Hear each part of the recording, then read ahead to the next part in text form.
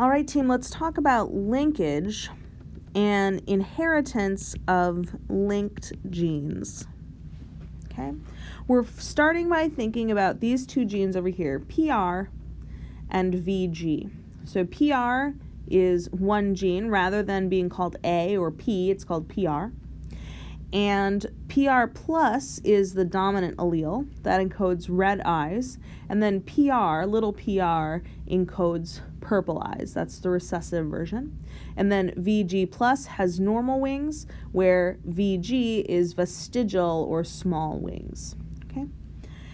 You can see on this cartoon of the chromosome 2 from Drosophila that, let's see, purple eyes is right here, and vestigial wings is pretty close by on the chromosome. So if we consider this cross up here, we've got a homozygous individual, a true breeding homozygous recessive, little PR, little VG, and then a homozygous dominant, big PR or PR plus, VG plus, VG plus. So we know that all the gametes from homozygous recessive individual will be PRVG, and from the dominant individual, all the gametes will be PR plus, VG plus. Makes sense then that the F1 hybrid, or dihybrid in this case, will be heterozygous for PR and heterozygous for VG. We can write this in another way, just so it's a little simpler to think about. They're big P, big V, little v in this case. Now we're going to do a test cross between these F1 individuals and then a tester male. So what would you expect to see in the offspring of this test cross? Stop the video for a minute and think about what would be the expected outcome in genotypes and phenotypes. Now that you've thought about it for a moment, let's talk about the expected ratio of genotypes and phenotypes. I think we'd expect to see that from the female, half the offspring would get PR plus, and half the offspring would get little PR. Half of those offspring would get big VG plus. Oh, so we're going to have VG plus with both versions of PR, and then big PR plus with little VG, little PR with little VG. Of course, that's only referring to the genotype from the mom. The male parent is going to give little PR and little VG to all of the offspring. So we can sort of ignore what the male is contributing because this is all recessive, and so whatever the female has will determine the genotype. For example, in this individual, we know we'll see the PR plus phenotype, and in this individual, we know we'll see the PR minus or recessive PR phenotype.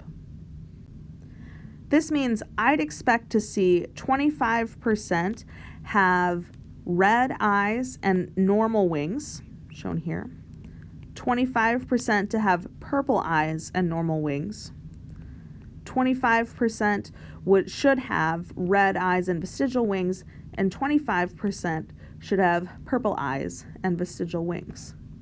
Now let's look at the data. What we observe here is, remember we expected 25%, 25%, 25%, and 25%. And what we're seeing here are 1,339 offspring with the dominant phenotypes, 1,200 offspring with the recessive phenotype, 151 offspring with the dominant red and vestigial wings, and 154 with purple eyes and normal wings. This breakdown does not seem like 25, 25, 25, 25 at all.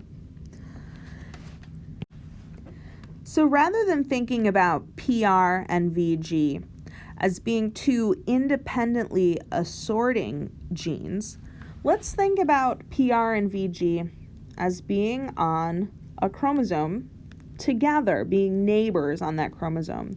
So now we can go back to our original parental cross, where we have the homozygous dominant and the homozygous recessive parents. Each of them makes only one type of gamete. And then we create an F1 individual where the little PR, little VG chromosome is inherited from one parent, and the PR plus VG plus chromosome is inherited from the second parent. Now, if we look at the gametes from this F1 individual, that's shown right over here. During meiosis, these two distinct chromosomes, little PR, little VG, and PR plus VG plus, can experience crossing over in the gametes. So some of the gametes will be PR, little PR, VG plus. Some of them will be PR plus VG. But that's only if recombination occurs. So few of the gametes will have recombination, as illustrated here. Most of the gametes will not experience recombination, non-recombinant. So they'll have little PR, little VG, or PR plus VG plus. Most of the gametes will have this non-recombinant appearance. A few of the gametes will have this recombinant appearance where we have part of the brown chromosome and part of the yellow chromosome. So let's look once again at our observed offspring from this cross. We need to figure out which of the offspring are derived from non-recombinant gametes and which of the offspring are derived from recombinant gametes. And the easiest way to figure that out is to look at their abundance. Remember that most gametes are going to be non-recombinant. Few of the gametes will have undergone recombination. Well, which categories do we have here? These two top categories are the most common. These two bottom categories are rare. Rare means recombinant. We can calculate the recombination frequency by counting the number of recombinant progeny divided by the total number of progeny. In this case, our number of recombinant progeny is 151 plus 154. That's 305 recombinant progeny. The total of all the progeny is 2,839. And 305 divided by 2839 is 0.107 or 10.7%. As you recall from our last video, recombination frequency is directly related to distance on the chromosome. So 10% recombination frequency is the same as a distance of 10 centimorgans between our two genes. So here on this chromosome, we could say that there's 10.7 centimorgans separating PR and VG. Let's consider this example. We have got a cross between a dihybrid individual and a homozygous recessive tester. The progeny from this cross include 10 individuals who are dihybrid, 40 individuals who are heterozygous for A and homozygous recessive for B, 40 individuals who are homozygous recessive for A and heterozygous for B, and 10 individuals who are double homozygous recessive. From this data alone, I want to know what is the percent recombination between A and B, and were the genes present in coupling or repulsion? Well, First of all, I want to look at these offspring. Which of the offspring categories are recombinant and which are non-recombinant? Remember, we should have 2 sets of offspring that are recombinant and 2 that are non-recombinant, because every time recombination occurs, we're going to create 2 different gametes. Pause the slides for a moment and think about which categories are going to represent the recombinant offspring and which will represent the non-recombinant offspring. Recall we said that the recombinant offspring would be the rare ones. The non-recombinant ones would then be more common. That means the rare offspring are the dihybrid and the homozygous recessive, whereas the non-recombinant offspring are going to be the ones that have a split genotype, little a, big B, little b, or big A, little b, little b. Well, if we know that, we now know how to calculate percent recombination. We have a total of 100 individuals. So there's a total of 100 individuals, of which 20 are recombinant. So 20 over 100, or 20%, are recombinant. That means there's 20% recombination between A and B. We could also say this is 20 centimorgans of distance on the chromosome. A little bit harder to think about might be to say, are the genes present in coupling or in repulsion in this original dihybrid parent? What does that mean again? So remember, coupling, another way of saying that is cis, and repulsion, another way of saying that is trans. In cis, the genes, the alleles rather, of big A and big B would be on the same chromosome. On trans, big A with little b, little a with big B would be how the chromosomes are arranged. So cis, the same type of allele, are together on a sister chromatid.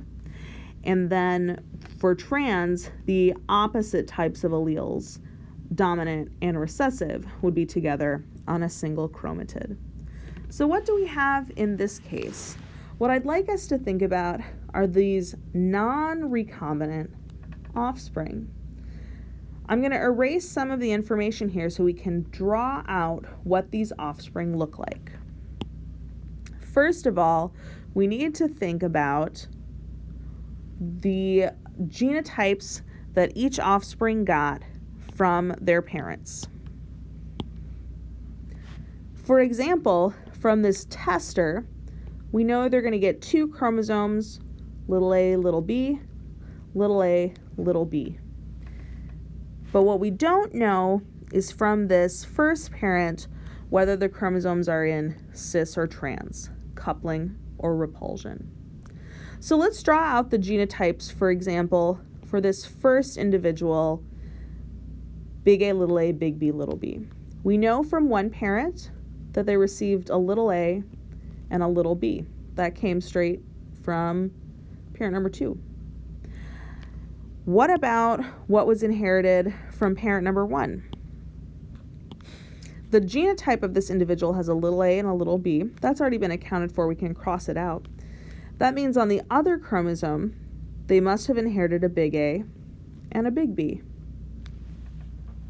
Well, that would make sense because in this bottom, this other recombinant chromosome or individual, they receive a little a and a little b. Let's cross out those alleles. And thus they must have received a little a and a little b from the other parent. Okay, so both of our recombinant individuals have their alleles in cis, that is a big A with a big B or a little a with a little b. What about our non-recombinant gametes? So here, for this individual, we're going to receive a little a and a little b, and remember that comes from this tester parent. So let's cross out the little a and the little b. We know they're accounted for. And we'll draw the other chromosome. They must have inherited a big A and a little b from the dihybrid parent.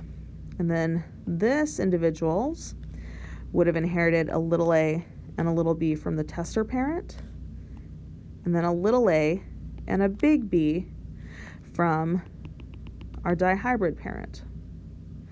That means that in this dihybrid parent, the A and B alleles were present in trans, or in repulsion, with big A together with little b, little a together with big B. The dominant and recessive alleles are paired on this chromatid. So we can know that just by counting out the number of offspring in each of these categories, recombinant and non-recombinant, and then drawing out what's been inherited from each of the parents.